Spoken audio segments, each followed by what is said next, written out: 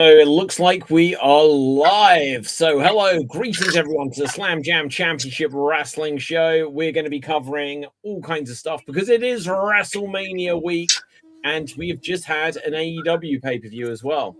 All this and so much more after the intro. We're locked in a cage, it's the Slam Jam Show. We're dynamite, you better feel alive. We're better than you, and you know it. Yeah. If you don't like it, we got two words for you. Slam Jam, feel the power, feel the roar. Slam Jam, it's the smackdown you've been waiting for. You can't see us, Chico, you've been serving hard time. Ooh, yeah. Slam Jam, and that's the bottom line. Slam Jam, now it's a Slam Jam wrestling show. We're like for life, girl, it's the big show. You got no chance when you're real forget. That's the risk, that's the worst. If you spell what we're cooking, it's a Slam Jam wrestling show. The champion's here. Snap into a Slam Jam. The Slam Jam show. Yeah, yo. Yeah. Oh, you didn't know. It's the Slam Jam show. Bring your glass. One big ass. It's the Slam Jam F1 show of you. Yeah.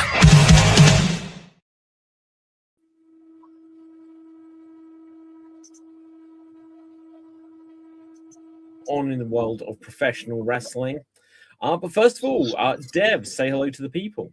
Hello, everyone. I'm Dev, and I'm today's co-host, apparently, because nobody else showed up. No one else is here as of yet, but we expect, look, if it's anything like last week, TJ will be here, probably walking from, He's moved to WrestleMania. Venice, to WrestleMania, from Venice to Vegas in the next hour or so. But yeah, let's just get into it because there's a lot going on this week. Have you seen Raw? Have you seen Dynasty? I started before Dynasty with Rebellion, What? the TNA pay-per-view. Okay, well, I have seen nothing of this, so tell me. The day before the day before Dynasty, TNA also had a pay-per-view. Yeah. And the main event was Mike Santana and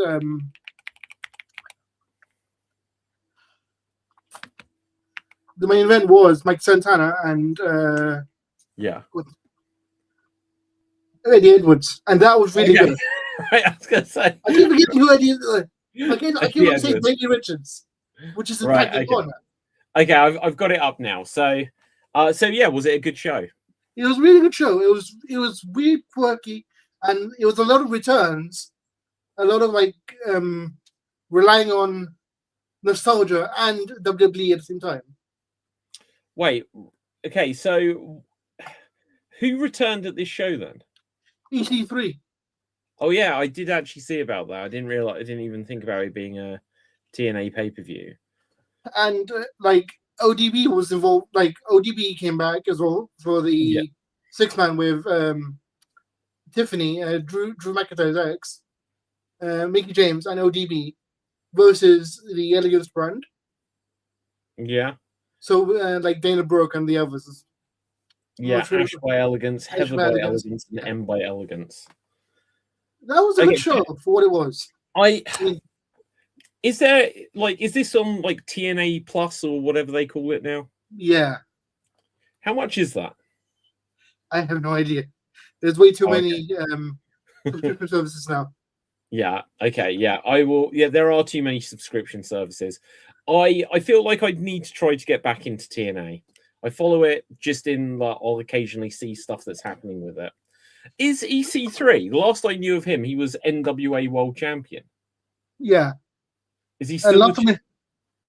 Last I heard of him was he was part of the weird promotion with Braun Strowman. Okay. Oh yeah. What was that called? Control Your Narrative. Yeah. Yeah.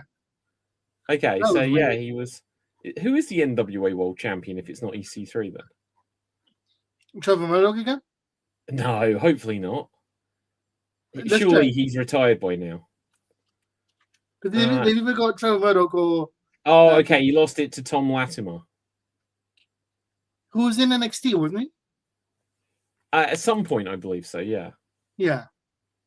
Because I know they had Brodus Clay being NWA champion on Fox News for a while. Yeah, NWA has been on a wild ride for the last few years. It's such a shame because I remember that really exciting time about 2018 when we'd had TNA had died out effectively for the last 10 years. But was somehow still alive. TJ, hello. Sorry for being late. It's all right. And have you walked to Vegas by now? No, unfortunately not yet. Damn. Yeah, but attempting that. Okay. Now we were just saying, I was just saying, if you go back to about 2018, TNA was still alive, but had been a living zombie for about 10 years, maybe about. Yeah, but they're hard to kill. They are hard to kill. And there was just that weird period of time where it was sudden, and even then, I remember TNA. It was suddenly like, oh, Ken Shamrock's back, and it was when Tessa Blanchard became world champion, and there was suddenly, and obviously broken Matt Hardy, and there was suddenly just this swell of hype around TNA. NWA suddenly rose from the dead, again not being fully dead. AEW began, or was about to begin because of All In. 2018 we had the All In show. We had All In. Non-AEW All In. Yeah, the non-AEW All In, which led to AEW. NWA suddenly was revived as that very old school YouTube show. Ring of Honor was suddenly like, we're going to be performing, playing, whatever, at Madison Square Garden. It suddenly just felt like there was tons of wrestling and everything was back. And it feels like things have kind of fluctuated up and down. Because we were just saying about, I don't know, NWA, I guess, still exists somewhere, but I haven't seen or heard of it in forever. Yeah. TNA, are they still doing a deal with WWE? Yes. Yeah. So how is that playing out currently? What are they doing? Didn't you hear they kind of pulled out? What's this guy's name? Dolph Ziggler. Yeah, Dolph Ziggler. That's all I heard about MJF. it. Yeah. MJF match. Even then, was that TNA pulled Dolph Ziggler out of the MJF match? Yeah, but everyone, they said that he's allowed to wrestle anyone else but MJF, and also implied that a non-AEW talent. So almost every discourse I see about this online says that it's WWE who's no, you cannot wrestle an AEW talent. So other than restricting TNA talents from going to wrestle on indie shows against AEW wrestlers, what is happening with TNA's involvement with WWE? Because I know it was from the beginning of this year, it's Thursday night or whatever night the TNA show is on. They've had a few pay-per-views, but realistically, I don't know a thing that's going on with TNA since they started their TV show. I don't imagine it's been the big hit that has dethroned Dynamite. They tried to be the big hit, but the first show they had went back to Little TNA rather than Scott D'Amore's TNA, which was in 2017. Yeah. In 2017, when Scott D'Amore and ironically Don Callis, both of them took over TNA and resurrected it, and now they've gone back to the old school Little TNA because the first show ended in draws and DQ finishes and run-ins and dusty finishes, and it was an entire mess. You know what would have helped TNA get somewhat back on track? Not having their world champion get squashed by Randy Orton at WrestleMania. Remember when that happened? Yeah. Look at this. And so Joe Hendry, I did see a very, very few minutes of NXT last night. And Joe Hendry came out. He's lost the NXT title just before WrestleMania. So I don't know if there's a place for him at this year's WrestleMania. You'll probably see him backstage in some segment or whatever. But I'm guessing the night after WrestleMania. Yeah, there's a place for him on Monday. Yeah, exactly. Because he, in the segment he did, he tried to Al Kabong, who I call Obafemi Jr., and he no-sold it.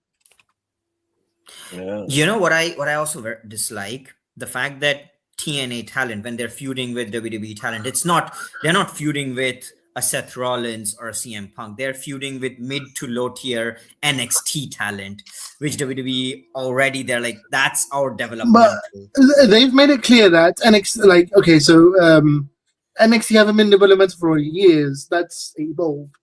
And the thing about TNA is the NXT TNA like crossover never involved the main roster. Yeah. No, NXT is so developmental. Like, why didn't Brock turn up on NXT to challenge Obafemi? If they wanted NXT to be like seen as the third pillar and as the big deal, they should have just started having stuff like that. But it's been to me, it's been the third pillar since the volcano incident. Where they exactly. Yeah, no, they've been the third pillar. Like, the actual developmental is evolved now. At least. Well, okay, so what's the other thing that where they've got like that next in line? But what's that other show they've got, which is no, not I like to call it. They've got AAA, they've got Evolve, but there's a show where like Bully Ray was a judge and the Undertaker a judge. No, it's like, was it the great like LFG? Let's fucking go. Yes, LFG. It's a shortcut. Yeah. It's actually crazy how many. It's amazing that NXT UK finished. They said they were going to do NXT Europe, and obviously they've not done it as yet. But WWE have Raw and SmackDown, and then NXT. But they also have Evolve and AAA and LFG. They've got because the what I call nil by mouth system is what the way they take the next in line / nil by mouth system. Where they take it's specifically for sports stars that want to become wrestlers. It's established like the criteria is you have to be a former star in another sport to qualify for next in line. Yeah. Okay, but anyway, so enough. I've just had a look at TNA's ratings. Apparently, they're doing around 250,000 viewers on AMC. That's less than Collision. Yeah, but you know what? Like, Collision is the B show of AEW. I don't know what is Dynamite doing? And what is WWE doing, to be honest? Because WWE is obviously on Netflix. All the ratings don't mean anything. I mean, WWE is always going to be ahead. They have like a 40 to 50 year head start. They are an established brand. There are people that watch WWE out of habit. I still know a lot of people. They're like, I've always been watching Raw. I'm going to watch that. I cannot, have dinner without watching Raw. So, and I'm in several discords where they hate WWE, and like I'm sitting there as a WWE shareholder, like, what's wrong with you guys? Like, there's like pure hatred of the company, like everywhere I go. Okay, well, look. So according to this, AEW ratings. So look, if TNA are getting 250,000, the last edition of Dynamite going into Dynasty got 654,000. So obviously that's over double, well over double. But it's nothing to go crazy over. The week before 730,000. Fair enough. And I bet WWE isn't Dynamite on multiple platforms right now? Yeah, Thriller, AEW. Yeah, they're on multiple platforms. AEW, Amazon Prime. Yeah. I don't know, Pirate Bay, whatever, wherever.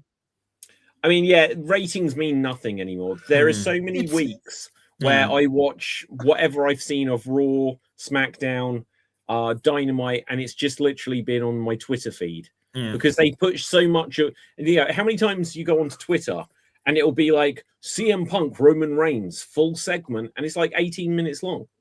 Yeah. It's like, well, why do I Yeah. need to then tune in Exactly. just to Exactly. see, who JD McDonough is fighting in some shitty match? What I don't I get mean, is I mean, where with, is the? I don't see any impetus of like trying to be good, because like they're both billionaires. Like if the Yeah. if the views are, if the rating are crap, how does that affect them? Mhm. Where's Well, the downside of not having ratings? Because WWE doesn't need the ticket sales because they're making money from like the Saudi deal or like the Netflix deal, so they don't need the ticket sales. AEW doesn't need ticket sales because it's funded by Tony Khan's dad. Yeah. So No, where's the so- impetus being good? They will, but here's the thing. So WWE SmackDown was on Fox for years. This was one of these other weird 2018 kind of things, and they didn't get renewed. So they managed to then get the deal with Netflix, but they didn't stay on Fox because they didn't pull in the ratings. It was a disappointment from week one going back then. So they do need to get the ratings. And look, they're about to get a major embarrassment, frankly, with WrestleMania. With WrestleMania, WWE are in the same arena. We were talking about this last week, and they're currently they still have a few days. They have a few days, and they're going to bring in as many, free tickets to people and stuff like this to try to fill that place as possible. But when you are 18 or 20,000 tickets down year after year, year on year, that's an embarrassment. And they've had to put it in. Sorry, just 1 second. They've had to put it into the storylines on television that the tickets aren't selling. And then Pat McAfee is like, and now we're going to give you 25% off. And it didn't even shift that many. It didn't shift that many. Did it go up by like 3,000? We've gone, Dev. Like the thing I don't get is, right, you've got the worst thing in WrestleMania. You need to desperately make sales, and then you end Raw before Mania the way you did. What every other Raw did it end? Didn't it end with Punk and Roman? Yeah, but it was like a dodgy, like a crappy ass. I'm better. No, you're better. I'm better. No, I'm better. Like type promo instead of a giant clusterfuck, like every single year before it. Yeah, it was interesting where they kind of found this weird "I hate you, but this is what I respect about you" moment. Yeah, I actually have something to say about this. Go ahead, Dev. Then I can follow. like every other Raw before Mania has been like a crazy manic, crazy like brawl or everybody coming out or like final stare downs or whatever. And this one's like, oh, I respect you. No, I respect you. No, I respect you. Back and forth, and it ended. It should have ended with Obafemi. Obafemi's promo was the best part of Raw, and that should have ended the show. Oh, do you know what though? I think you have a point, but the very idea people would crucify them for saying this is the last Raw before WrestleMania, and this is Punk's first actual legit main event of WrestleMania, and you didn't even trust that to lead into the go home show last segment. Well, first of all, we also had times when the last segment during Raw before WrestleMania was Roman Reigns and Brock Lesnar playing tug of war with the WWE World Championship. Remember those days? What year was Remember that? the tug of? No, I don't remember off the top of my head. That was the time Seth cashed in. Roman and Brock were playing tug of war with the championship. And that was legit the last scene that appeared before they went off air. But regarding this, my opinion is, like, if you go back a few years, you remember when Triple H challenged the streak the very first time he challenged the streak. The first time he challenged Street was like the second time. Sorry, I was going to say that was a long time ago. The second time, sorry. It was so the Undertaker walks out before he can say anything. Triple H's music hits. Triple H walks out, they stare, they look at WrestleMania, that sells it. I feel like WWE, because they've always taken pride in building larger than life superstars. They've always taken pride in, like, you hear this a lot. You hear this a lot, that especially in the online discourse, that this person's a draw, this person's a star. They have created this environment where you just bring in two big names, you make them face each other, and that's going to sell. In theory, that's only going to work till, like, you can only do it a few times. Like, for me, honestly, Roman Reigns and CM Punk does not interest me. It does not like, not taking this, like, for me, Roman versus Seth or Punk versus Seth would have been a more interesting feud, or Punk versus anyone for that matter. Oh, yeah, heck, Punk versus Cody.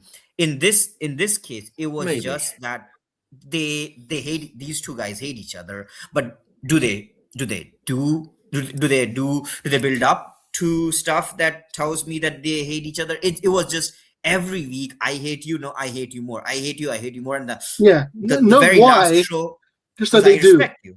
Yeah, it was not like, we have seen grudge feuds before. They had, the worst part is, they had all the material. Like, Roman once brought up that you went on a podcast with your best friend and it ruined my life, which is an actual thing. The whole make Roman look strong, the whole meme came from CM Punk saying, oh, they wanted me to make Roman look strong. Roman had legit reasons to say, this is the reason I hate CM Punk. But they never leaned into it. It was just, so why should I? Because for me, gonna go on for you. Yeah, just give me like a little bit. Yeah, so sure. For me, when I look at a wrestling match or a feud, for me, the primary attraction is always the match quality, and I don't see a very good match quality out of either of them. Now, if you keep that aside, if you bring the storyline, it's a grudge storyline, but I don't know. I just don't see the grudge storyline here outside of them saying I hate you. Like, I just don't see it. I don't think. I think they could have done more. Of course, to lean into their history, because they do have a history. Yeah. Punk brought. Do you know what? I liked the opening of Raw this week, where Roman basically had a political campaign thing showing all of Punk's lies. I thought that was pretty good. You know, did they do enough to go for this to be the last thing? Like, they still might be able to put them on. There's no reason they couldn't be on SmackDown if they wanted. There's no reason they can't still have something between them.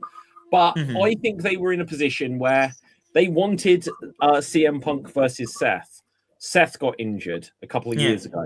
A week later, Punk got injured at the Royal Rumble, and then somehow Seth came back and then wrestled anyway. But they couldn't do it that year. Last year they did do it, but because it was John Cena's year, they had no place for Roman, and so they had Seth versus Punk versus Roman. And so now this year it's like, well, didn't we have Punk and Roman in the ring together last year already? It's got the aspect of being slightly watered down. If this year it had been over the Wise Man, then it would have had a bit more, it would have a bit more to it.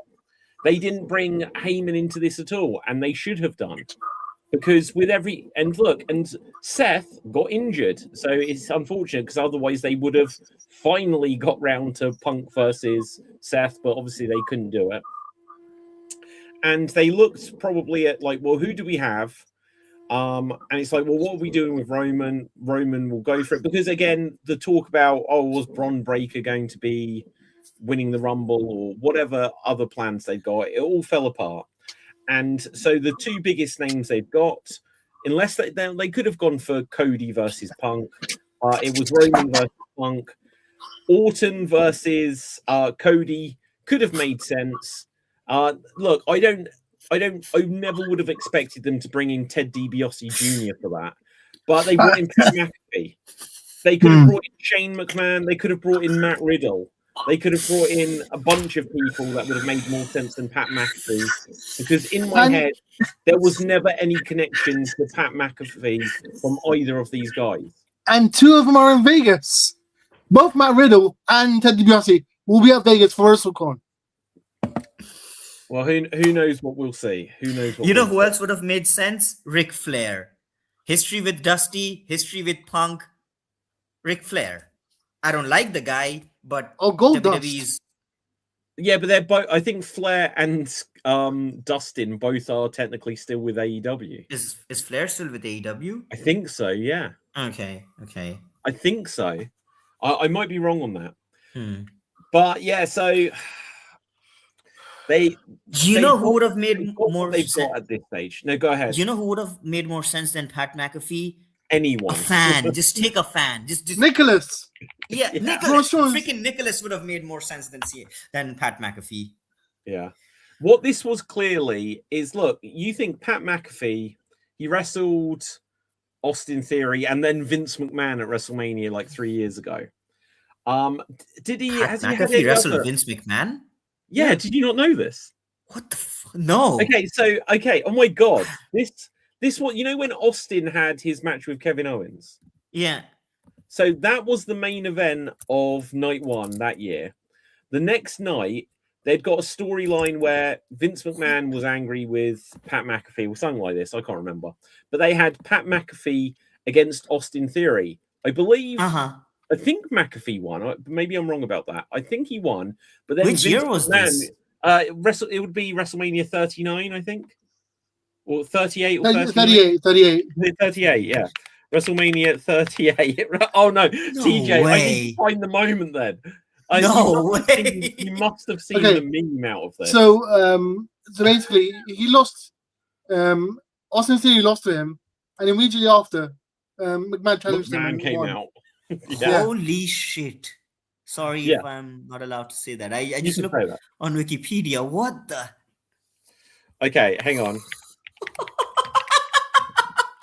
Wait, does TJ know about Shane coming out, getting injured, and getting out? Oh yeah, do you know? Look, how out of the loop are you? Do you know about Shane McMahon coming out to wrestle The Miz? No, the best in the world. Yeah, that I know. Oh, okay. No, he got injured, and then Snoop Dogg dropped him. Huh? Oh my God! How he doesn't know about that. What? Yeah. No, Shane McMahon versus Miz happened before the match even happened. Show in the best came out. Tournament. Wait. So one thing at a time, right? So Austin Theory lost to Pat McAfee. Pat McAfee then got challenged to Vince McMahon. Did Vince win? Yes. Right. Vince won against McAfee, I assume, because of Austin Theory. Stone Cold Steve Austin came out, gave Austin Theory a stunner, which was a fantastic stunner. Austin Theory sold it. His legs flailed up. It was one of the best sells to the stunner, other than Scott Hall's oversell, right? And then this is the final Vince McMahon taking a stunner probably that will ever happen. And so they were celebrating together. Hopefully this is blurry enough that I won't get a copyright issue, but Vince McMahon fell down and he's having to chase him. And look, he just crumples down. Oh my God. Look. So I wish I could put it in slow, step by step. So Austin goes to stun him. McMahon goes down to one knee. Austin tries to pick him up again. Like 2 doddering old men, they stagger over to the ropes.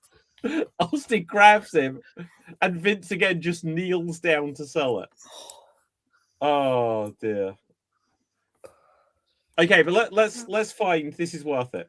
Let's find Shane McMahon. What the hell? Shane McMahon versus Miz Snoop Dogg. Right. Yeah. So the Miz came out and was claiming, like, I'm the real deal or whatever it was, right? The real host of WrestleMania. Yeah, the real. Yeah. Which year was this? I don't even know anymore. 39. So this was the next year. So Shane McMahon hadn't been seen for a while, and I'm so going to get copyright issues over this. I'll just have to trim the show. Snoop Dogg was in the ring. Shane McMahon came out to challenge The Miz, and I think there were chants of like, "You've still got it" or whatever, because Shane O'Mac's coming in. He's doing his little dance, Oh, this is amazing. Just wait until you see what happens. The match is almost over because He look, did a little he boxy goes box. down, leapfrog, busts his quad, and Shane literally in the same way that Vince busted both quads at that Royal Rumble. Yeah, same way. From a leapfrog, Shane McMahon, Miz is absolutely like, what the hell do I do? What do I do? You know, they should have just got down. They could have been communicating with the ref, but he should have just been laying in punches. Someone else told Snoop Dogg, look, just get in there, punch him. Miz sold it. And then watch this. Snoop Dogg, literally, this wasn't planned. The Snoop That's Dogg. the people's elbow. Yeah, wait. We'll see if we get to it. So, like, Miz has taken a punch from Snoop Dogg. Oh, come on, Snoop. I didn't remember it taking this long. It's almost over. So he punched him again. Wait for it. So the bell had rung. The bell had rung. Oh, this is going to run out before we see it. Okay, let me find another one. Because it's worth it. So this one's going to be the WWE feed one. So I'll have to put up the Shield. Oh, it's got an advert popping up. Right, so basically, a referee, I think, said to Snoop, just get in the ring and do something because Shane can't wrestle. And well, let's find the Shield. Where's the Shield? Let's go for the Slam Jam overlay. No. Where's the force field? There we go. Oh my God, the force fields aren't working. Show, hide. Oh, okay, there we go. Right, so I can't show this just because WWE would pinch me for that. Yeah, makes sense. He punches him out. He's laying down. This is all improv. Now, maybe this would have happened after the match or something anyway, but I doubt it.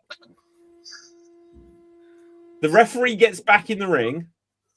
So you think Miz, former two-time WWE World Champion, has main evented WrestleMania, Mr. Money in the Bank and all this, defeated John Cena in the main event of WrestleMania. Yeah.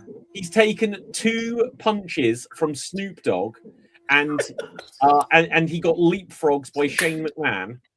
Snoop Dogg, look at this. The greatest, look at this, it's bounced off the rope. People's elbow. Oh, he cuts it. He then pins him and gets the 3 count. And he wasn't in the match. You know, if WWE, if they do this, I regret missing this. I need this in my life. This is not even bad. Yeah. Oh, and Bad Bunny did a Canadian Destroyer. Oh yeah, that I saw. Well, so we're in the era now where they're like, we have to have Pat McAfee and Bad Bunny and Logan Paul and Jelly Roll and now iShow Speed. There's just loads. Do you remember like a few years ago? Who was it that we had? Who were the celebrities that was involved 10 years ago, like in a John Moxley match or something? Not John Moxley, John Morrison match, Johnny Nitro match. Snooki, yeah, that was right. I remember that. Time. But now, like half the card is like celebrity crossovers. do you remember the guest host there Oh yeah, with Hugh Jackman helping Zack Ryder against The Miz? Yeah. It always astonished me how small Hugh Jackman looked against The Miz. Wasn't there also like I don't think it was WrestleMania, but some match with Bad Bunny where The Miz got eaten by zombies Backlash. at the end? Miz and Morrison versus Bad Bunny and Priest. And then The Miz got eaten by zombies. And that's the match got injured in. His first ever injury. Okay, look, so this is just like one tiny thing. So obviously he's here with Matt Cardona, but just like when you see Hugh Jackman and you think he's the Wolverine. Now the Wolverine, he's tall, but the character is meant to be short, I guess. But he just looks like a fan, and with Zack Ryder, it's crazy. Yeah. He doesn't look like the Wolverine there at all. But the Wolverine canonically is not that. He's just well built. Yeah. He's not very tall. Although I think Hugh Jackman actually is relatively. Hugh Jackman like 6'3", and like Yeah. Wolverine is like 5'3". Yeah, there you go. Now, okay, so guys, let's now that we've covered all of these random bits, let's actually get into. Let's start with AEW Dynasty. Did we see it, guys? Yep. Yeah, likewise. And then we can end on some WrestleMania predictions. Yeah. And see if there's anything else major. Because if you haven't seen it, Liv Morgan has now got a song that she's released. Yeah, I heard Who about knew? that. Who knew? But anyway, Hmm. so yeah, let's go with AEW Dynasty 2026. Now, I have watched the whole show a couple of days ago. Monday, I watched it. What were your initial impressions, and what was your overall thoughts of the show? Pretty good. Pretty good. I was Yeah. kind of surprised by some of the results, like all the Canadians losing. Was kind of surprised by that. But the one match I want to talk about, the one match that I absolutely loved, was Will Ospreay versus John Moxley. Loved every bit of it. It is exactly for me. For me, it's the match of the night. Like, Do you know what though? Let me just quickly throw in on that. Imagine everyone would have been so angry, but imagine if Ospreay had just surprised him and pinned him like immediately. Because He should have. Well, should yeah, have. but that was imagine not how the pissed off you'd be if you had bought that ticket.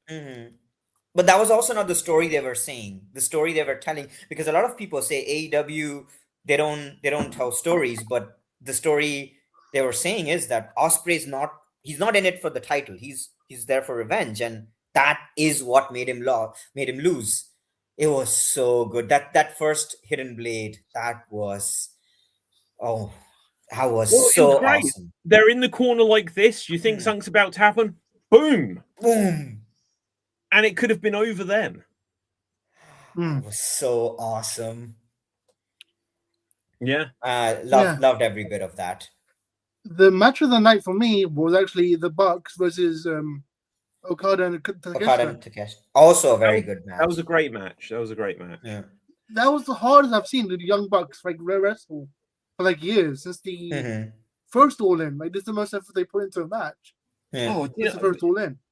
Well, do you know what? Like, I'll give them credit that, because here's the thing: I've been somewhat out of AEW for a while. Like I say, I'll see clips on Twitter and stuff like this, and it would give me enough where I vaguely got an idea of what's going on. But the first, what was the pay-per-view last month? Rebellion, not Rebellion. Revolution. There you go. It was TNA Rebellion, wasn't it? Right. Yeah, and they wrestled. Was it FTR last month? Like, I thought that was like a fantastic match. Yeah. And so, yeah, the Young Bucks, the one thing they always bring is effort. Whether the criticism of them, I suppose, is that they bring too much to every match, right? And why is that a bad thing? Well, I'll tell you, they're going to burn out themselves. They're going to burn themselves out. Well, I think it burns the audience out. To be honest, like if I've got one criticism of this AEW pay-per-view, is that every match pretty much felt like an epic, which in a sense it sounds good, but I think that's the problem. If everything's an epic, then nothing's an epic. But I feel like they've conditioned the audience by now. When you go into an AEW pay-per-view, 90% of the card is going to be filled with bangers. Like I know I'm going to watch 5 hours of amazing wrestling. So the thing is, the way they balanced it is on the shows themselves, they're not epics on the show, like on the weekly shows. They save the epics for the pay-per-views. Which is how they should be. Yeah. Well, look, they took something from obviously the early shows, the original show, All In, but really on their pay-per-views, AEW do go all out pretty much in every single match.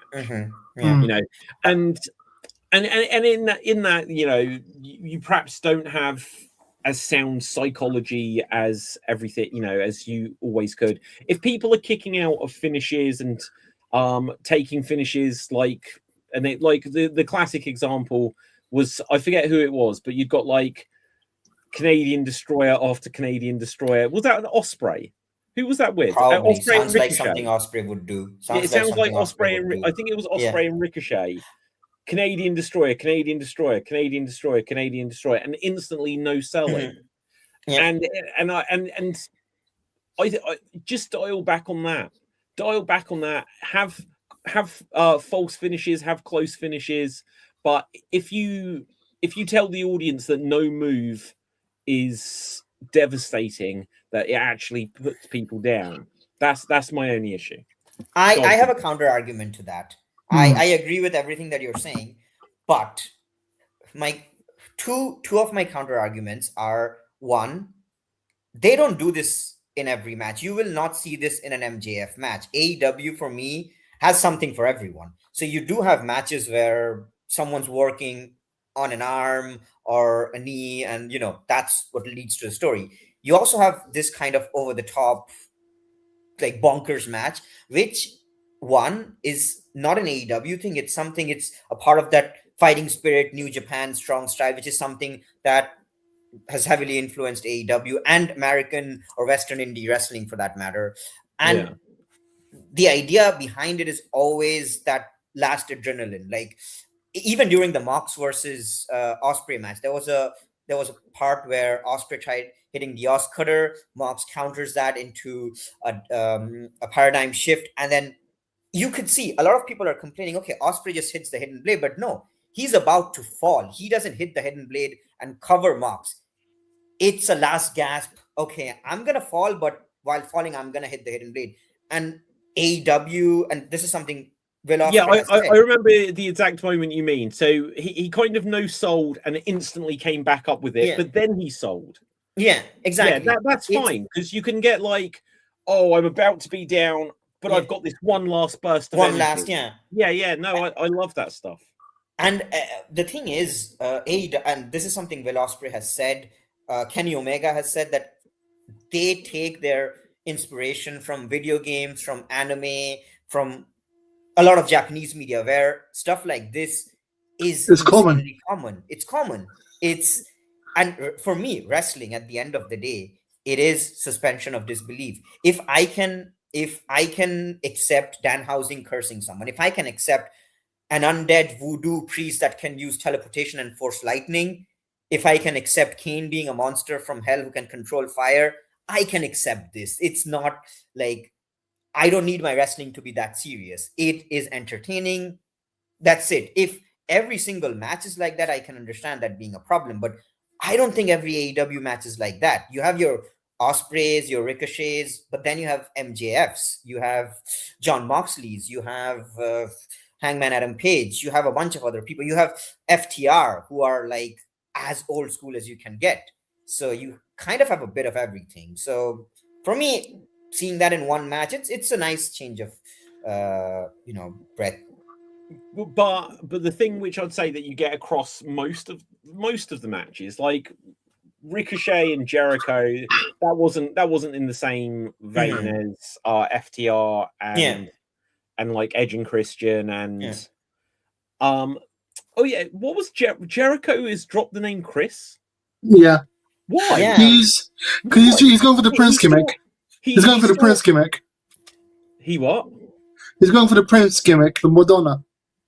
Well, oh, is that what it is? Single name, yeah. I was going to say, did he see like Edge and was like, wow, he's just called Cope? He's like the stuff like the wrestler formerly known as Chris Jericho or whatever. I think Jericho's trying to get over a new gimmick because his return, everything that I've seen so far. So initially I thought, okay, he's just politicking his way into getting over. He comes back. His first promo, I'm home, I'm in AEW. It kind of seems like, okay, we heard the news that you were going to go to WWE. You didn't go. Now you're trying to win over the crowd. And then him losing to Ricochet, which is something not a lot of people expected. I thought he was trying to just get over with the crowd. Now I'm beginning to think he's doing some sort of a slow burn, new gimmick. And Jericho, that guy got a freaking list over. That guy got a plant over. That guy's going to get back. Yeah, he bought the list back. Exactly. Yeah. Okay, so my slight suspicion here, Jericho had a lot of controversy over the Smiley Kylie Ray thing. Yeah. which was something that never really revealed what was going on there exactly. Yeah. And Jericho suddenly became a villain to a lot of people. Me personally as well. Me personally as But well. like, here's the thing: like, I don't think that ever particularly went anywhere. Obviously, he was never fired from AEW, and it's just like similar to like the Brock Lesnar situation. At some point, these things either get ignored for the wrong reasons, or or people decide, oh, perhaps there isn't whatever there, but things continue, right? And my suspicion is Jericho. Now, Jericho, obviously, if you look up Jericho, you'll probably come up with something about like the Bible or something biblical. But otherwise, I think if you type in Jericho, let's just put this to the test now. If I type in Jericho into Twitter, it's going to come up with okay, so he's second on the list. So look at that. It isn't quite as clear cut. So Jericho, oldest cities in the world, is the number one result. Chris Jericho is the second. Jericho, a TV show, is the third. Right. So if he wants people not to search just Chris Jericho, then maybe he's dropping dropping the. And wasn't this a thing about Matt Riddle when he had some controversy as well? Yeah. Because if you just put in Riddle, you're not going to get anything about just a single name or whatever. And then him coming back, him losing kind of paints him as like, oh, he's not trying to be the complete politician. Him doing the list, he's rerunning some of the hits. Because there was a chance, if the AEW fans thought he was going to WWE and then feel like, well, either Tony Khan has forced him to stay because he was off for a while, or things didn't work out, and now look who comes crawling back. I think he's trying to paint himself in a good guy light, because otherwise the fans would really turn on him. Dev. I mean, with several things, he's taking the best bits of everything he's done and putting it all into a blender and making a new gimmick. The name thing probably comes from like Madonna or Prince, like he's trying to make it like I'm a star with only one name. Yeah. Which is also while also invoking the WWE taking people's names away thing. And also he's also in the best shape of his life. Yeah. He looks like jacked as hell. Yeah. Well, hang on. Like, I take your point that he could be I'm the star with one name, but he's also the Ayatollah of rock and roller, Lionheart, the alpha or whatever. The alpha, right? Yeah, he's and what was the pain maker or something like this? The pain maker, pain. Like, he's had so many names, so now just Judas. I think at one point he called himself Judas Incarnate as well. Yeah, wouldn't surprise me. According to this, he had one name, Leon de Oro. So I'm guessing that was in Japan or Mexico. Or best in the world at what he does. Best in the world at what he does. Yeah. What else? Gosh knows. Yeah.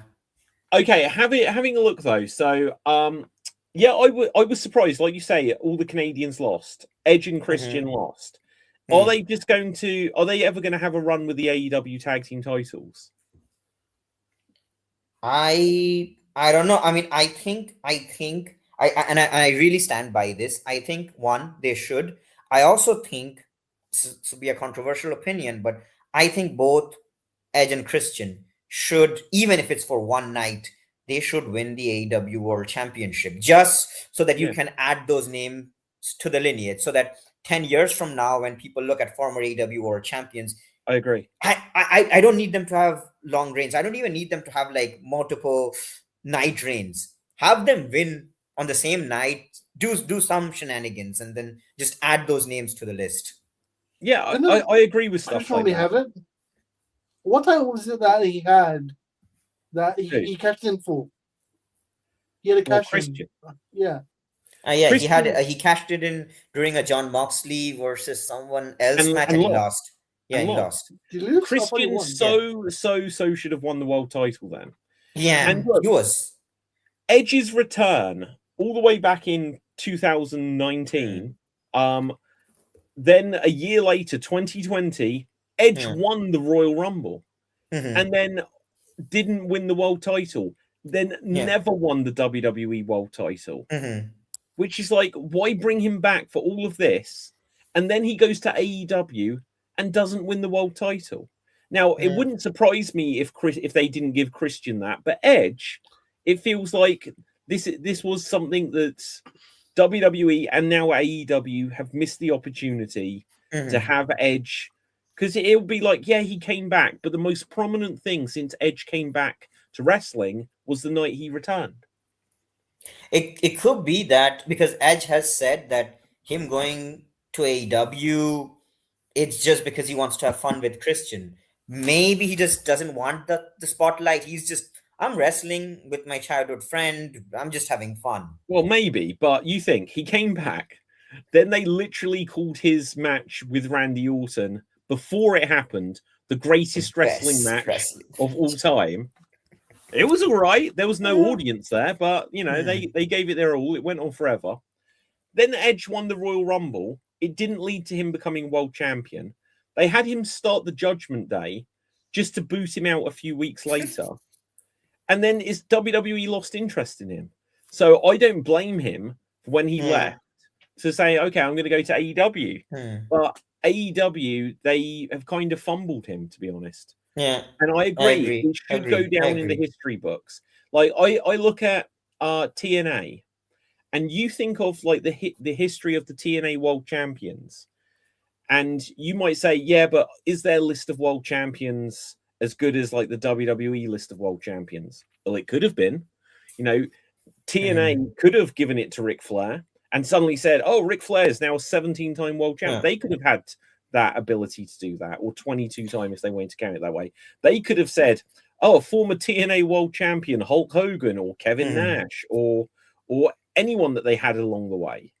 Whereas a lot of the former TNA world champions that now seem prominent are because they then went to WWE afterwards, like Drew Galloway or Bobby Lashley and stuff like this. I think at this point, considering the philosophy of AEW, if Edge and or Christian, if they win the World Championship, it shouldn't be for more than a week, because I think the idea of AEW is still to put the world title on more younger people, more, you know, I personally think both Edge and Christian should win the championship, but I think what they want to show is guys like MJF, okay, guys the first AEW world champion was Jericho, not younger. Which was a start, which was they needed that to put AEW on the map. Ended up on Samoa Joe. So it's even, and look, I'd say Hangman Adam Page, unfortunately, the first one, often people when they win the world title the first time, it's kind of like you look back and it feels a bit of a failed experiment. The second time he won it, it felt like it was going to be the big deal. But it didn't feel like the biggest run. And now, for storyline reasons, he can never challenge for it again. Why? I don't know why they did the exact same thing with Cody. Yeah, but why paint themselves into a corner?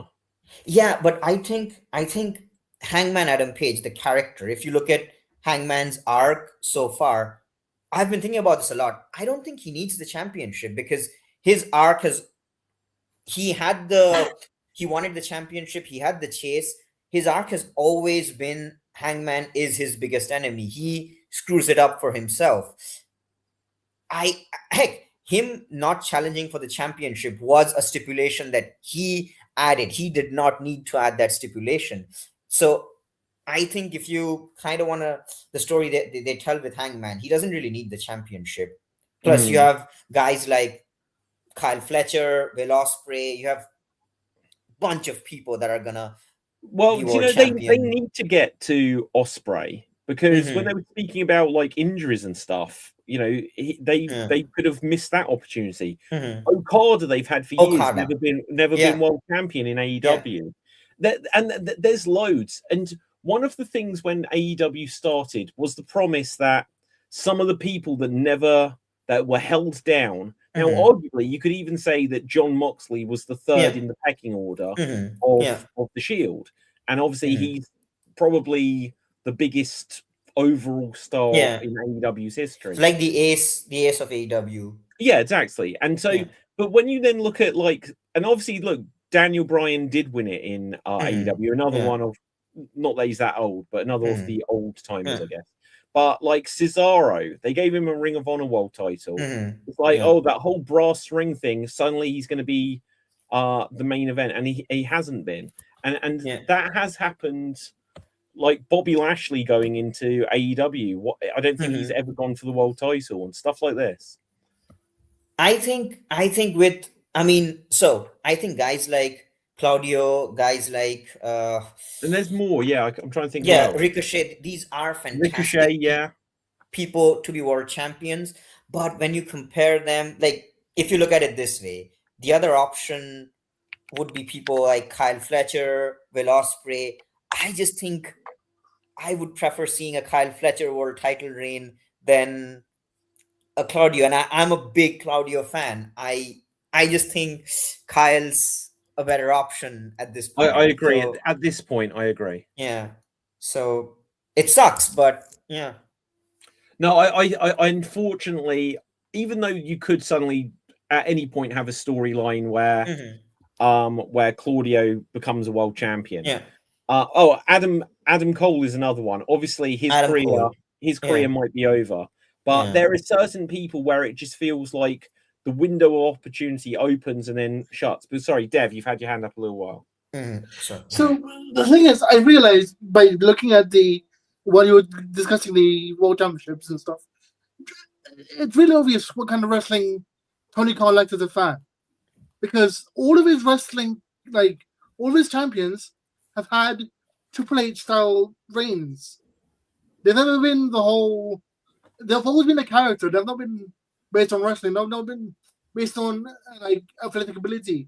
They've always been AEW World Champions. Yes, all of them have focused on character rather than ability. But well, fair, kind of. But I wouldn't say that. Adam Page wrestled like Hogan. You know what I mean? I wouldn't say that. That Daniel Bryan or Swerve Strickland just wrestle like the Big Show.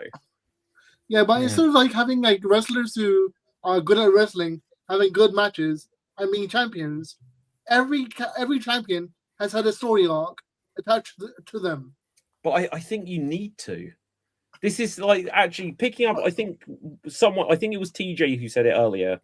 I don't think it was you, Dev, but who said that the thing that you judge wrestling on is by how good the matches are going to be. But I think ultimately the reason why we care about who wins or loses is if we get invested in the individuals. Yes.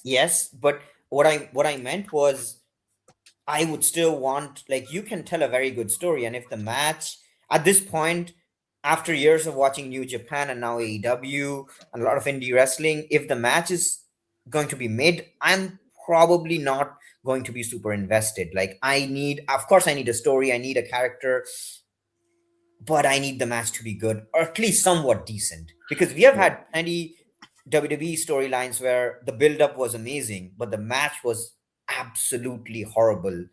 And I'm just not entertained by that anymore. Cena and Gunther. Oh my I wouldn't God. say that was a bad match. That had the worst ending. Compared to AJ. No. The ending of Cena and Gunther. After all this, never give up. He just smiles. Yeah. That wasn't, and gives up. You think point. No. So Ric Flair stands there and he's like this, and Sean is like, I'm sorry, I love you. And he's putting the old dog out of his misery, right? Yes. And they stole that, they repeated that to death with stay down and all this kind of stuff, right? But that was showing someone completely broken. Cena wasn't done. But that was the point. He gave up. His whole point was never give up. Yes. Literally. Sorry. The only thing they had to do was have Gunther scream give up. Cena says never, then passes out. Yeah, perfect. Love that. I would go for that. 100% disagree. Okay, why? So I think, first of all, Cena tapping out was awesome. Him passing out would have been not the right decision because in 20 years, Cena never taps out. Gunther, he's this guy who he says, I'm gonna make you tap out. Of course, you could have added Gunther screaming, give up, give up. But if you look at the last moment, he has that choke on Cena. And then he smiles and he taps. The idea was so okay, just stay with me. Stay with me. Staying with you. I'm just gonna add Yeah. something to this. So yeah. Okay. In my opinion, if you look at John Cena's entire career, his big final boss moment, his big I don't know, in terms of anime, his big final fight was him versus The Rock, WrestleMania 29. 28, you have this, so WrestleMania 27, you have this build up for over a year. You have the biggest match that you can do. Cena loses, Super Cena loses. You have the redemption arc. Cena beats The Rock. That for me was his character's final arc. Because if you notice, every feud he did after that, it was always, if the future is going to be here, the future needs to get through me. He kept on saying that. And his entire thing has been, your time is up, my time is now. And now was the future's time to show that their time is now.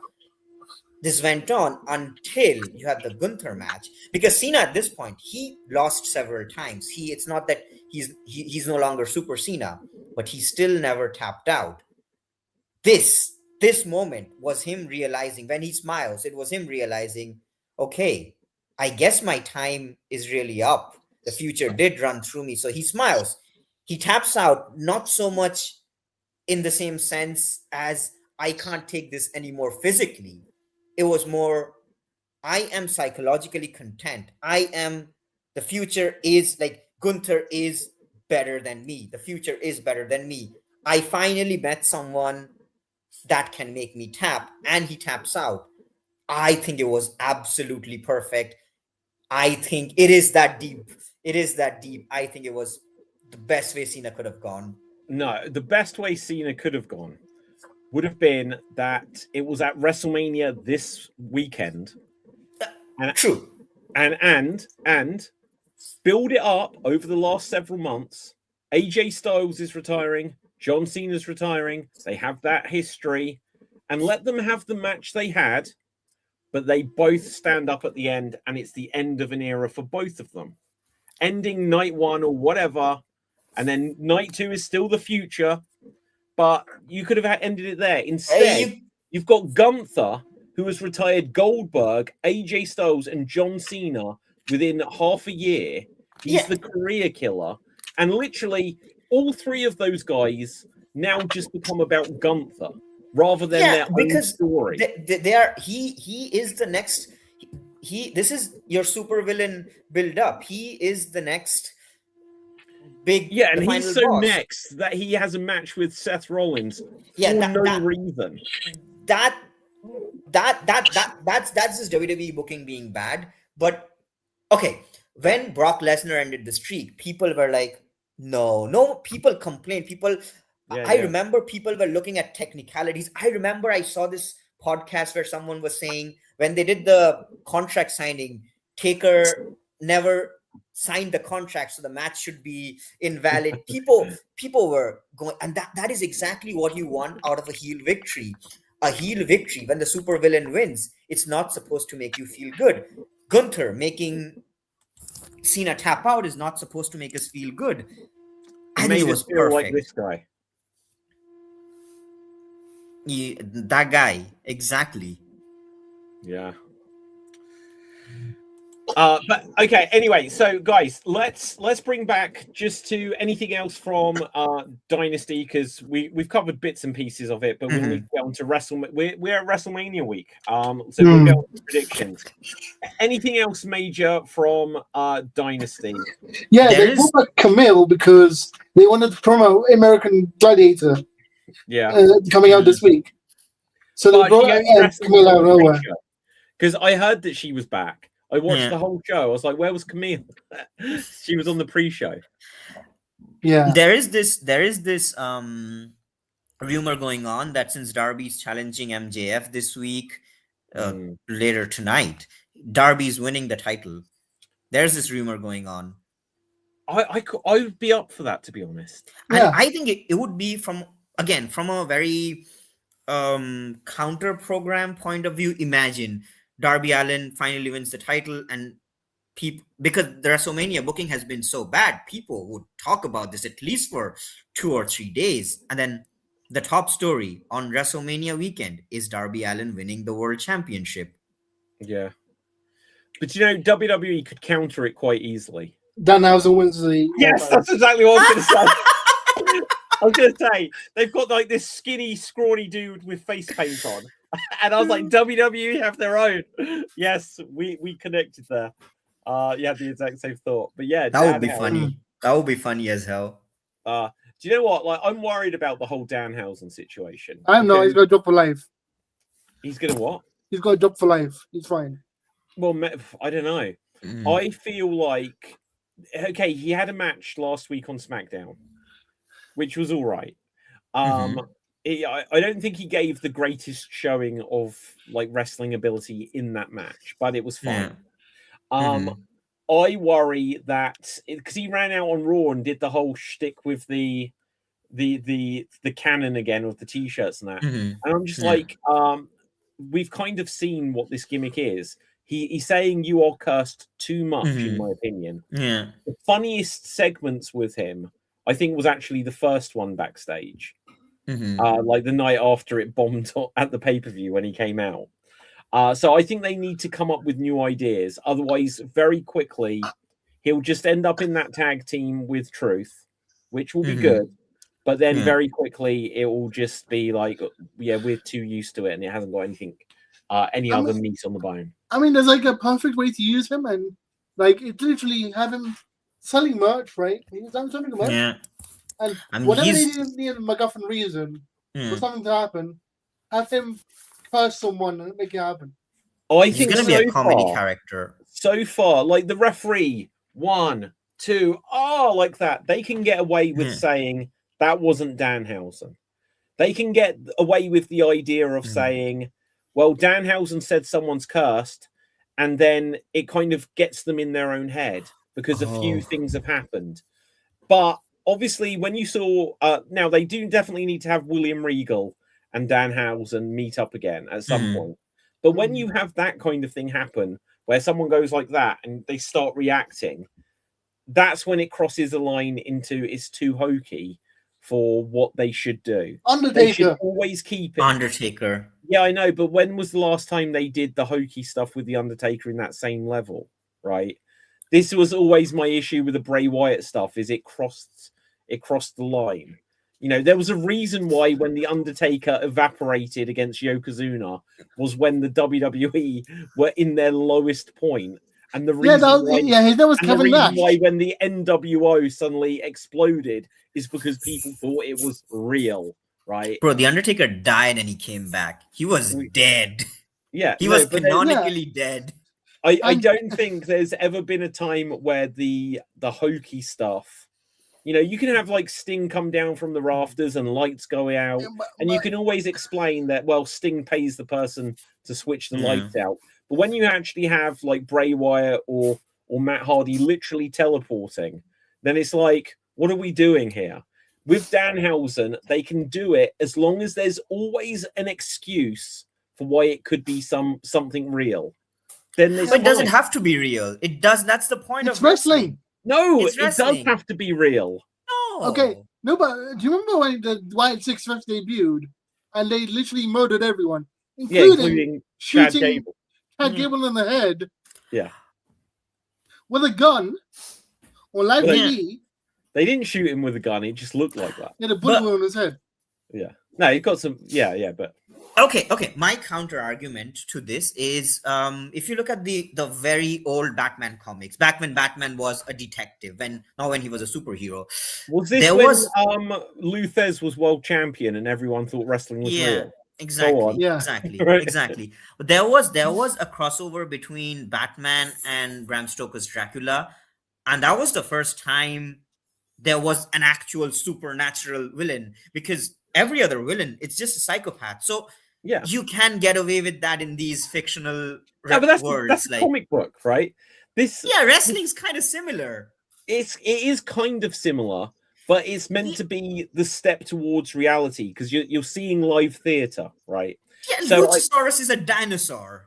yeah, no, but that's just okay. So, but that okay. I let me mean, put it like right this. now, Darby Allin is running around with Batman, so Yeah, no, right. When you see Obafemi come out and he's doing this, it's like I'm doing this strut to intimidate you. So when Batman canonically wears this stuff, it's just to psychologically mess with people. So when you even get Bray Wyatt and he's wearing this thing, it's like he's gonna mess with my head and then he's gonna beat me in the ring. But when you then have it so that Alexa Bliss starts like pouring black goo down her face, it's like, well, what was that? It's just black goo, right? Anyway, we're explain the people's elbow to me. That's hokey. It is That's hokey. hokey. So yeah, the people's elbow is one of the worst moves in terms of believability, but it's not the same as someone going cursed. Now, when he went like cursed at Kit Wilson and a pyro goes off behind him, he's done a deal with the pyro guy. No, they didn't say that. They showed that in the video. Well, they said it was like a malfunction or something. No, they showed a backstage video where he paid off the pyro guys. Did they actually? Yes. Well, there you go. There you go. Always keep it grounded. You know, if you find a reason why there is always an excuse, then in your head you can go, "Is that guy supernatural?" Well, there must be some explanation. Right? I want them to go as hokey as they can with Danhausen. No, I need the stupidity. I need the same. Whenever there's a botch, blame Danhausen. Just pan away to Danhausen. Yeah, but look, there's suspending disbelief, and then there's suspending it with there being some knowledge of. It's when you see magic. When you see magic happen on stage, you see something fantastic happen. You don't know what the explanation is, but you know there is an explanation. And that's the level I want. Okay, but guys, let's come on. I see the argument I raised you. The airport runway in Fast and Furious. Oh, I don't know Fast and Furious that well. The airport runway was like 20 miles long. It was like a 10-minute chase scene in the airport runway. Okay. Right, okay. So anyway, guys, let's move on from Dynasty. Let's come to WrestleMania. Do we have to? I have the perfect segue, though. I have the perfect transition. Since we were talking about Danhausen, my big prediction is we are going to have an interaction between Danhausen and John Cena, where Danhausen, night one, Danhausen's going to be like, make me the co-host of WrestleMania, otherwise you're cursed. And Cena's going to be like, I don't have the power to do that. Danhausen curses Cena. And all of night one, Cena has terrible luck. And then at one point, you do. I'm not sure if they're going to do Gunther versus Cena on night one or night two, but Gunther versus Rollins. Gunther versus Rollins. Right before Gunther's match, you see Gunther walking, or yes, you do that interaction where Cena's having terrible luck, and Gunther just looks at Cena, is like, "This is what you have been reduced to," and he walks out, and then Cena's like, okay, Danhausen, you're my co-host. And then night two, they're both co-hosting WrestleMania. It's like Cena's uncursed. That's my big prediction about the Cena being the host of WrestleMania and Danhausen being there. Yeah, okay. I don't know if this is serious, but it says something about the cold open for WrestleMania has been released. I'll bring it up on screen in a second because I don't know who Lin-Manuel Miranda is. I don't know who this is. But what are those words? I don't even know what he made. He made Hamilton. Oh, he made Hamilton. Oh, okay. So it's just a package, whatever. Right? Okay, so let's come on to predictions for the match. Danhausen curses Brock Lesnar and he loses to Obafemi. I hope they don't do that. I would love that. Because it cheapens Femi's win then, doesn't it? We all know Femi's not winning. He might. Heart says Femi's gonna win. Mine says Brock Lesnar. Well, I don't know. Look, Cena went against Lesnar and Lesnar still won a few months ago. Yeah. So it's not that Lesnar hasn't had any wins. He can still have some wins. And it depends. People are expecting that Lesnar's going to go against Gunther and retire this year. Yeah. But I don't know if that, it's obviously not confirmed, but I don't know if that's just people's speculations. But let's start. WrestleMania night 1. The Vision, Logan Paul and Austin Theory with ISO Speed. Well, not with, and ISO Speed, I should say. Versus the Usos and LA Knight. I think the Vision are going to win this. Because I think the Vision, ISO Speed, Probably. whatever. I think ISO Speed is going to end up doing more in wrestling similar to Logan Paul. Yeah. Depends how he gets on, obviously. Jimmy takes the pin. Jimmy always takes the pin. That's what Jimmy he's takes the for. pin. Yeah. I think LA Knight's going to take the pin personally. I think Jimmy's going to take the pin. I think we're going to get WWE Unreal, where it's just showing the journey of why LA Knight eventually goes to TNA. We have Eli Drake. Yeah. Right. It's just going to be every single turn. It's like, he's like, what can I do? I give everything. And he's going to get pinned by ISO Speed, I think. And then it'll be LA Knight versus ISO Speed at whatever the next pay-per-view is after this. Yes. I think that's what they'll do. I need a triple threat of Eli Drake, LA Knight, and Max Dupree. Yeah, Max Dupree, yeah. They should do that. They should do that at a Royal Rumble. Yeah, just as a free Eli Drake, and then Max Dupree. Representing TNA Hall of Fame Eli Drake. Yeah, was he world champion though? I think he was. I think you were. Yeah. Okay, Jacob Fatu versus Drew, unsanctioned match. I don't know. I feel like, in one sense, I think it's going to damage Drew if he didn't get he was just world champion, but then he loses at WrestleMania again, right? But at the same time, I think if Jacob wins this, it's going to kind of push him on towards more main event level stuff. Jacob wins because Triple H hates him. Triple H hates Drew. I think Drew's going to win. I think it's going to be Carnage, but I see Drew winning. Okay.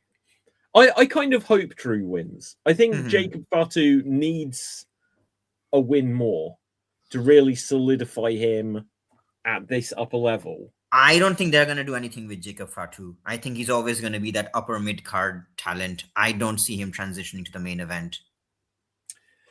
I think he's kind of already leapfrogged over everyone Solo. because they brought him in as Solo's right-hand man, and then suddenly everybody realized Solo's a black vacuum of charisma compared to Jacob Fatu. Yeah. So I think Jacob needs this win. It is true because like last year, Jey Uso obviously won the world title at WrestleMania, and there are so many of the bloodline basically now. There is so many of that family that it's like, well, how many of them are going to take turns at being in the main event in the world, in the world title picture and actually being world champion? What is that group actually called? Because I've been calling them My Fungible Tokens. My Fungible Tokens. Yeah, exactly.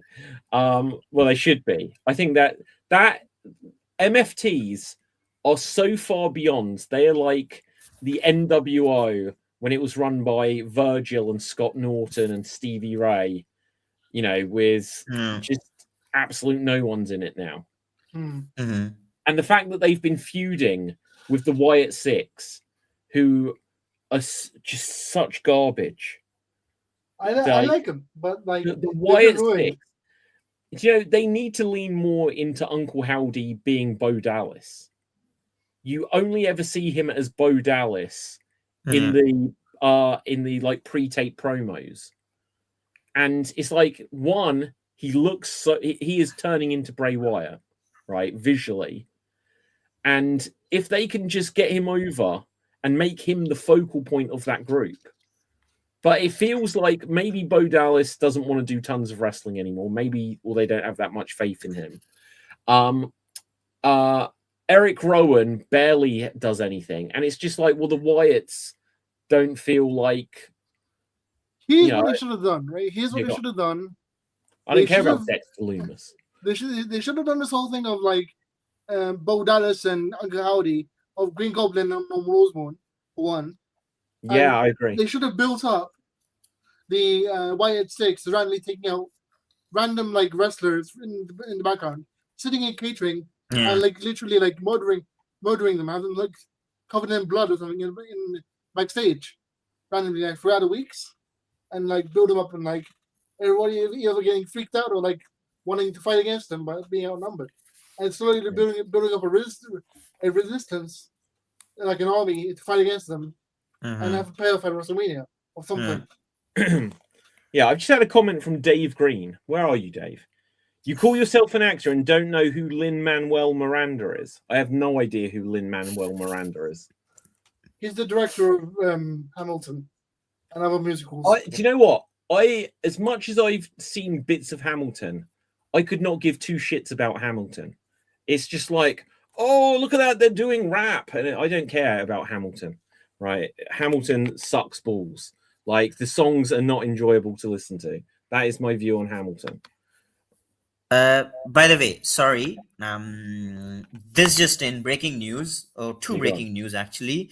Joe Jonas is going to perform the American national anthem at WrestleMania. I'm not sure this counts as breaking news.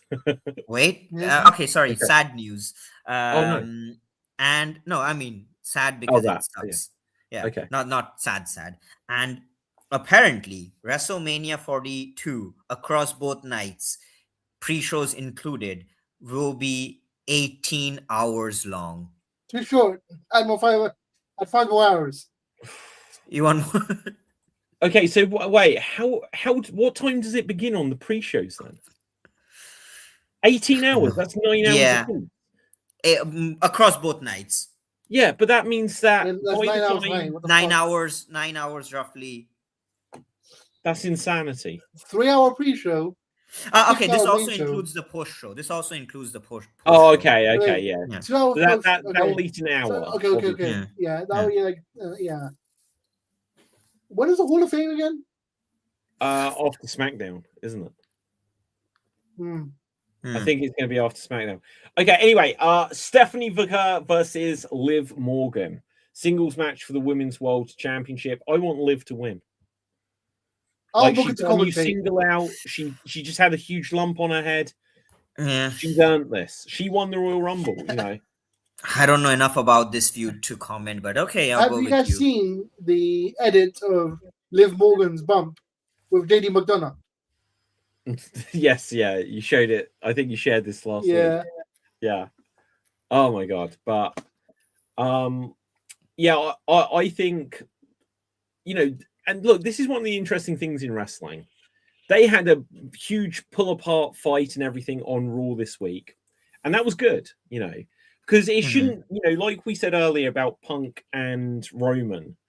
Yeah. They've already done pull-apart fights with Oba and Brock. They've now done it with Liv and Stephanie. So they did something different with Punk and Roman. But it shouldn't just be that the main event has this pull apart thing, you know, the women's world title, that, you know, they're into it. And I think it's always when someone's not seriously injured, but if there is an injury, you can really lean into that to really mean like oh, Becky look Lynch. what you did to me. Like Becky Lynch, exactly. Perfect example. Go on, Dev. I just want to go back to Roman and CM Punk. I just realized something I'm talking about this now. They should have just leaned into what they did in the 5 years or 6 years they've not been together. They should have gone like, oh, you've been running this show because of your family. You're nothing when you're alone, etc., etc. And Roman could have been like, yeah, you want to start another company and fuck that up and got fired and nobody wants you. But they did that. I think Roman said that. Not directly. I think, do you really make the WrestleMania main event about AEW?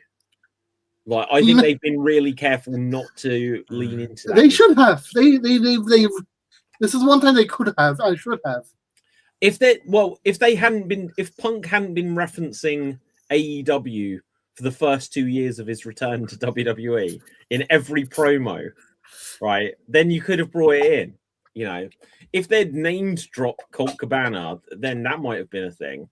You know, or if they'd name dropped someone specifically, you know, if it suddenly said about, you know, well, if they'd said something specifically about, you know, I'm going to beat you so bad, you better call up Tony Khan and apologize to him. Oh, that would have got a reaction, you know.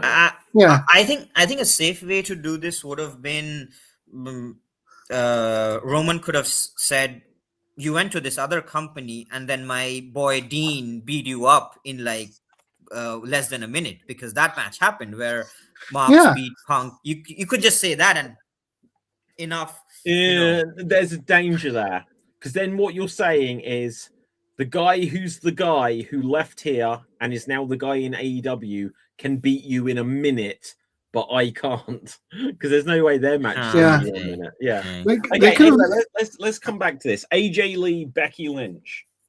Becky. I'm kind of ready for AJ Lee to retire again. To be honest, I'm ready for Becky. Becky's winning this. Yeah.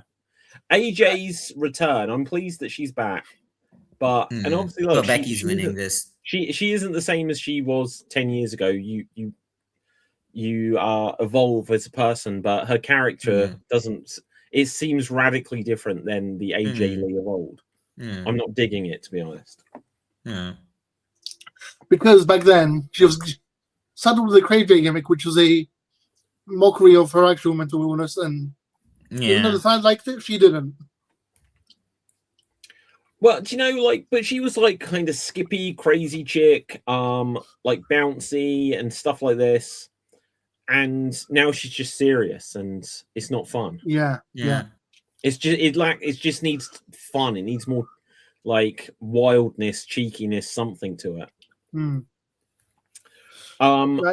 But Becky should probably win, because otherwise I don't know where Becky goes, because it's not even a world title anymore. It's a intercontinental title.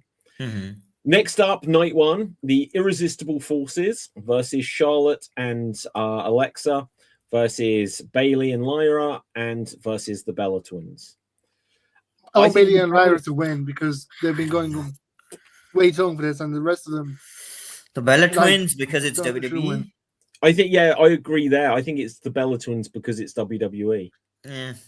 It's WrestleMania, and I think, you know, they're going to be filming their new season of Total Divas or Total Bellas or whatever. That there's publicity. Is Lauren Knight still there? Is Lauren Knight still the father-in-law? Laurinaitis. Yeah, is he still their father-in-law? I don't think so. Didn't his woman get rid of him? Yeah, I think she got rid of him. Yeah. But I know, like, he married their mother or something. Wow, that's insane.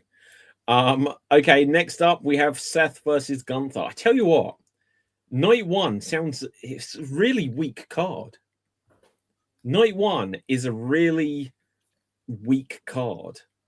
To me, Seth and Gunther had a better build than Punk and Roman. Yeah.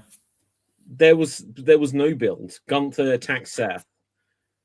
Seth was attacking Heyman, and now that's just forgotten. I mean, I saw this promo where Gunther said, I don't watch Weekly Raw, so I don't know. But I saw this promo where Gunther said, I'm attacking you because you keep saying you're the best wrestler, but I disagree. And you have been dodging me, which is actually kind of true. Which is actually kind of true. Like, so they could have built on that. After last week, where there was like, there is no reason for this. Someone like, I think the writers' room sat down and they're like, we need to come up with a reason why Gunther did this. And the reason they came up with is like, when I was world champion, you dodged me. Now, at the same time, why didn't Gunther say, I'm world champion and I need to beat you, Seth? He didn't, you know. But they found something of a reason. I mean, two very good wrestlers fighting to see who's the better wrestler is a good reason for me. Yeah, but Gunther could have challenged him when he was world champion. Gunther could have sought out Seth. No, he did. I remember when. Did he? No, I remember it was during that WrestleMania where Cody finished his story. I remember a specific promo where Gunther said he's gonna win the Elimination Chamber and he's gonna win the Royal Rumble and he's gonna come after Seth because he says Seth, I respect you, but I'm coming after that championship. Gunther, of course, did not win the Rumble, Sure. but he has wanted to fight Seth for a long time, so it Okay, kind fair of enough. makes sense. Yeah, fair enough. It's a shame they didn't have a longer build for this. Yeah, That could obviously easily turn out to be the match of the night. yeah. Just in terms of bell to bell. Yeah. And then people will say, well, you don't need a big build, and they still had the match of the night, you know. Yeah. I think they're also going for the thing of like, if like Gunther was going to handle Seth for the match so that Paul Heyman owes him a favor or something. Yeah. Yeah, it's going to be the Brock match. So does that mean, because otherwise that storyline kind of dies, does that mean that Gunther has to win this? I think so. Do you have Gunther retire Goldberg, AJ Styles, and John Cena, and then lose at WrestleMania? But then this is Seth's first match back, unless you could have the Vision come down and do something to give the excuse. Yeah, you know, you might have Bronson or Braun return and cause a distraction. You have Dragon Lee run out for that one last ditch attempt to. I still want like Braun to like save Seth so that on a random Monday night, Gunther retires Scott Steiner. I think well, two things. One, Seth at this point in his career he's sort of the guy they depend on when you need him to lose. He lost to Cody 3 times in a row. So I think one, Seth can lose clean. Two, you can always have Braun Breaker interfere, spear Seth so that they start that feud, they resume that feud, and then Gunther I think they wins. should. Yeah. Gunther should win. They should do something so that Seth has a little bit of an excuse, and then he can go back to the Vision. Gunther, go on. Gunther should not lose till he retires Lesnar, and until he should lose when he finally puts someone over. So all of this retiring Cena, Goldberg, it should lead to someone, maybe Obafemi. Maybe that's your big main event a few years from now, Obafemi versus Gunther, where Obafemi is the one to beat Gunther. Or I don't know. The thing that's unfortunate, obviously, with Gunther being such a long-reigning NXT UK champion, the WWE UK champion, and then such a long-reigning Intercontinental champion, the fact that he's a 2-time world champion and neither reign was particularly lengthy, it was almost impossible to do because Roman had just had such a long reign. So they couldn't put it on him forever.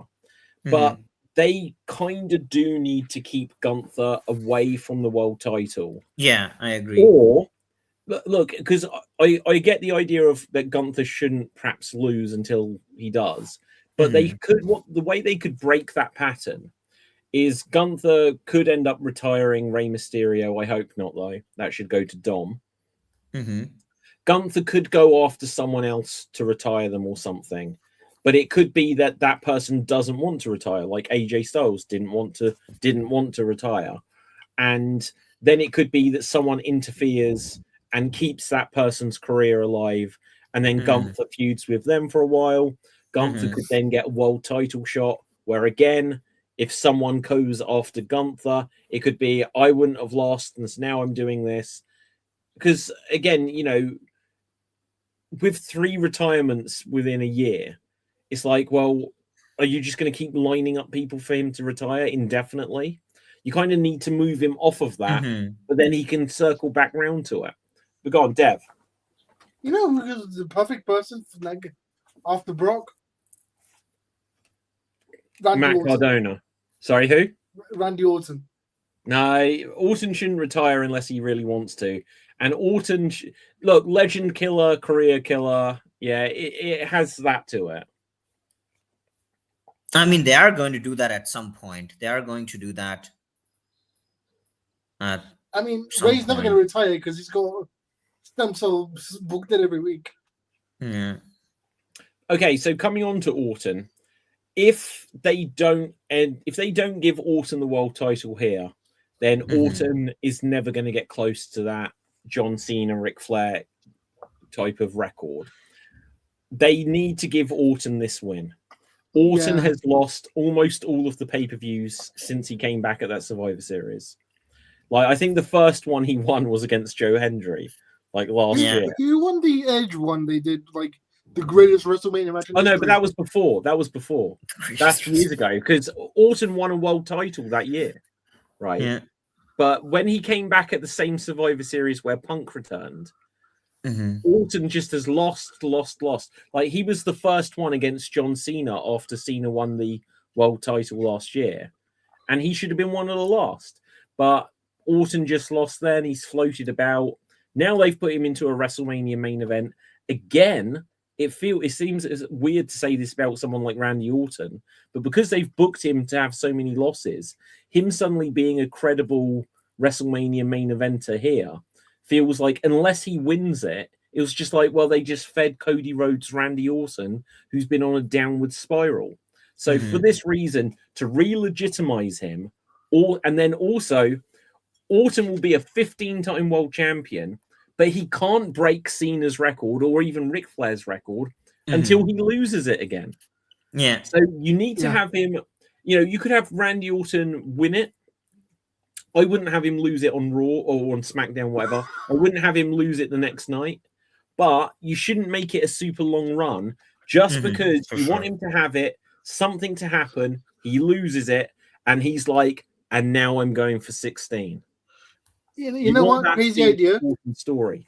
I want him to win it at WrestleMania, and on Monday lose it to Joe Hendry. Yeah. And then on Friday, win it from Joe Hendry. Yeah. And suddenly, then he's a 16-time world champion. Yeah. Because then, like, Hendry gets his win back from WrestleMania. Yeah. But, again, because it's WWE, I like the idea, Dev, but because it's WWE, this is what I think is going to happen. The first part, I'm actually kind of convinced. I said it in the chat.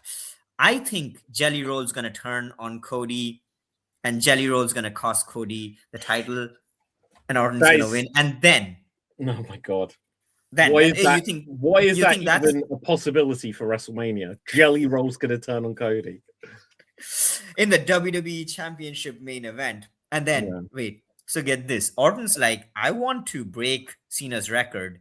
So next night on Raw, Orton has Pat McAfee versus Randy Orton for the WWE title. He lies down. Pat McAfee pins him. New champion. Rematch. That is the finger poke of doom. Pins him. That is a finger poke of doom level mistake. And then Jelly Roll. WCW. And then they do it with Jelly Roll. And then what happens on Friday? Gunther challenges Orton for the title, but then he gets shocked in the back by Pat McAfee with a stun gun. Yeah, exactly. With a taser. I can. The worst part is, if this happens, I would not put it past them. Surely they would look for 25, 30 years.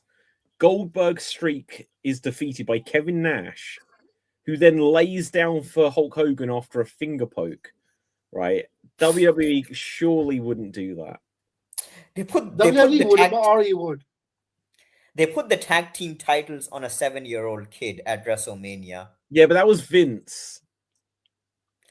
No, this guy's worse than Vince. What, Jelly Roll and Pat McAfee are involved in the main event of WrestleMania. Yeah. I wouldn't put it past them. Okay, so I'm saying Orton's going to win. Any other bids on that? Cody paid off Logan Paul and Nitro Speed to help him against Jelly Roll and Pat McAfee, because Jelly Roll is going to turn on Orton. Yeah. On Cody. I hope so. Right, night 2. Let's rattle through just because time's getting on a little bit. Oba versus Brock, confirmed to be the opening match. Brock wants to go home. Brock wants to go home. Brock wants to go. Yeah. You can make Oba fair me by having him win this. him being in the match with Brock still Yeah. puts him very much up there. But I think this is Brock's match that he can lose here. Yeah. Heart says Oba, mind says Brock because it's WWE. Oh, Oba I think wins Oba's or going to win. J Roll interferes. One of the two. Yeah. Okay, next up we have Penta, Javon, Dragon Lee, JD, Rusev, and Rey Mysterio. How did Rusev sneak into this match? Right, it's He's a high what? flyer. Yeah, He's better exactly. than He's a high flyer. 6-pack ladder match. Well, I guess he can throw people about. Yeah. I've got a feeling someone unexpected is going to win this. Like it feels like they don't want Penta to lose, but I've got a feeling. Title. What is it for? Sorry, what is it for again? Like the Intercontinental Championship. Oh, yeah, Penta retains. Well, he wins. Yeah, It Penta feels a retains. bit too obvious for Penta to retain, though. I've got a slight. When Zack Ryder won a Intercontinental title. At Did Mania, you hear a sort of meme about thing. that? Did you hear about that meme? No. Some guy that year bet that he wouldn't win, and that would shave his hair off, right? Oh yeah, I did hear that actually. And his hair never grew back. And Zack Ryder blocked him on Twitter. Well, good for him. Yeah. Right. Okay. Yeah. I don't know. I've got a feeling if I'm going to give it to anyone, like Rey Mysterio's in the match, I don't think there's any point Mysterio winning. Javon could win. I don't see Dragon Lee winning. JD isn't winning. Rusev ain't winning. So it'll either be Penta, Ray, or Javon. I'm going to say Javon as an outside bet here. Penta for me. It's a bit too obvious, though, right? That's the only thing for me. But yeah, maybe it's, they finally, though, they've wanted a new Rey Mysterio for 15 years. Yeah. Penta is actually living up to the hype. Mm-hmm. Have you guys seen the Penta tax filing advert? There's an American advert where Penta's doing taxes. Ugh. Wow. I think we are gonna need an entire episode for this, but my hot take is don't hate me for this. I think Rey Mysterio, amazing wrestler, great character, deserves everything he got, but is kind of overrated. We have had better luchadors, and I think both Penta and Rey Fenix are better luchadors than Rey Mysterio. Penta, yes. Phoenix, no. Oh, really? Penta for sure. I think Penta's. I think Ray is better than Penta. Which Ray? Fenix. I think he's just not so as much too. of a character. I think he's a better wrestler. Yeah, I think in terms of wrestling, yes. Overall, I think Penta is better than Rey Fenix. Yeah. Yeah. But also, I say that Penta's entire character, zero, miedo. That's it. That's all he needs. That's all he has. Rey's entire character, Buaka 619. In Lucha Underground, he beats women. Yeah. Because he had a match with Chelsea Green. Yeah. And with Kyrie and Io Sky. Wow. Okay, guys, let's move this on. We've still got a couple of matches to go. Jade versus Rhea. I don't know. Like, it feels like if Rhea doesn't win, then I don't know what you do with either of them after this. Jade could obviously chase Rhea for a while, but unless they are getting Jade Cargill into some like Mortal Kombat movies or something, it's like she needs to have short matches. She isn't ready yet. Basically. Like presentation wise, she's great. Girls with her, or does she still have the fan club? She's got something. She's got something with her, but I don't know. Like for a long time now, they've said about like Bianca still being out a year now. Yeah. With and like, where was that rumor suddenly came from that she might be losing a finger? That obviously seemingly came to nothing, thank God. Right? Hopefully she isn't. Because the finger was a balloon. Yeah, but that was a long time ago, right? So I'm hoping that we're going to get Bianca return at Mania. That would be that's what a prediction I've got. I think Bianca Belair will return at WrestleMania and be involved there somehow. Probably costing Jade the match, because if she just aligns with Jade, that isn't as exciting. Go on. I think Rhea wins because Jade is. I don't know why they brought her in. I don't know why she's on the main roster. She is nowhere near ready to be wrestling the types of matches she's in. No, that makes sense. And she may never be. She looks amazing as a professional wrestler, and she has this star quality. WWE had the opportunity to take her from AEW, and they probably promised her that she'd be in the main roster, have a WrestleMania match and stuff like that. And so that's the position that she's in. So, and obviously the story with Bianca goes back a long time, and with Naomi, and then obviously all of that fell apart, and the only piece of that story left was Jade, because Naomi became the women's world champion and then had to relinquish it because she was pregnant. Bianca obviously seriously injured with the finger thing, and so then all you've got left is Jade. And so same with Seth. It's like, okay, so some of what's happened here obviously wasn't the long-term plan, but it is what you've got. Next up, we've got Sammy and Trick for the US Championship. I don't know, man. Sammy wins because they want to go for the Sammy has the killer streak. Sammy the heel wins stuff. Sammy the face is a loser. I think they go for that again. I hope Trick wins because I'm kind of so burned out on Sami Zayn that I kind of want to miss him for a while before. When is the next Saudi thing? Well, like isn't it WrestleMania? 43. Yeah. If that happens with current world goings on, who knows?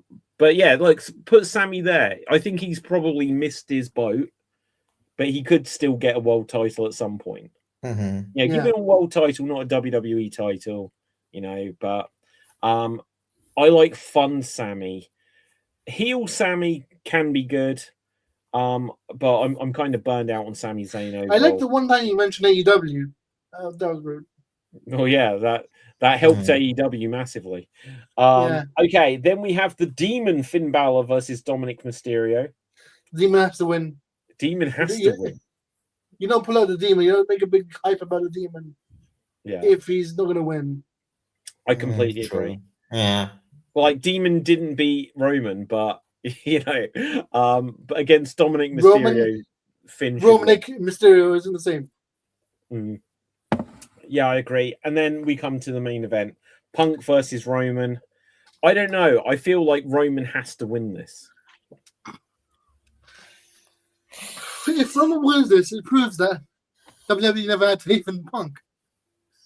No, Punk's been world champion for a few months. Punk at a certain point within the next year should turn heel. What if he turns heel in this match? What if he could do? Yeah, he wins via heel turn. I think we're going to get some Uso inclusion here. But imagine, look, if they haven't announced it already, then it probably isn't happening. But are they going to go for The Rock versus Roman next year? Because they should announce tonight, tomorrow, that The Rock is going to be at WrestleMania. Sell a bunch more tickets, which they're desperate to do. Have The Rock be have a face-to-face and have a moment with Cena or whatever. Then have him just turn up at the end, have that stare down with Roman, point to next year's WrestleMania sign, and start the build from now. See, I think they should have the show start. This is day 2. Start with him staring down Cena, and then midway through, him starting on Triple H, and end it with him starting on Roman. Yes. And then WrestleMania next year, he fights all three of them. Yes. Yes. Right. It's like, okay. it's like WrestleMania, like with the Cody one, with everyone running in. Yeah. Oh my god, that was the best ending to a WrestleMania of all time. Yeah. That was the I loved the Undertaker's inclusion because everyone expected Austin, but the only thing missing was Austin. The greatest part is, right, he was in his like tracksuit, so he literally looked like oh Austin, let's show up, get the fuck out, get the fuck out there, Get out there. Yeah. Yeah, it literally did look like that. Okay, guys, we need to begin to wrap this up just because I need to bounce onto Extreme Improv in a moment. Okay. I'll quickly check to see if there's any final late breaking news. But who knows if there will be. But let's find out where we can find everyone. So, Dev, where can people find you? You can find me in hospital next week because I haven't slept for 9 days. I would not have slept for 9 days. Oh, that because doesn't I've been sound watching good. wrestling the entire time. Okay, because you've been The entire watching time. wrestling. Okay. TJ. TJ_ROYX on Instagram. Otherwise, here next week. Okay, fantastic. My name is David Psansky. Find me at Facebook, Instagram, X, etc. at David Psansky. And for Slam Jam, check out Slam Jam Show or Slam Jam Wrestling. And with that, I don't know. I'm not planning to do like a live reaction to WrestleMania, but who knows? I might pop online at some point and do an impromptu live Slam Jam reacting to this. So with that, until next time, stay safe. Always stay extremes. Keep slamming and jamming your Slam Jam bronies, and boom, we're off the air.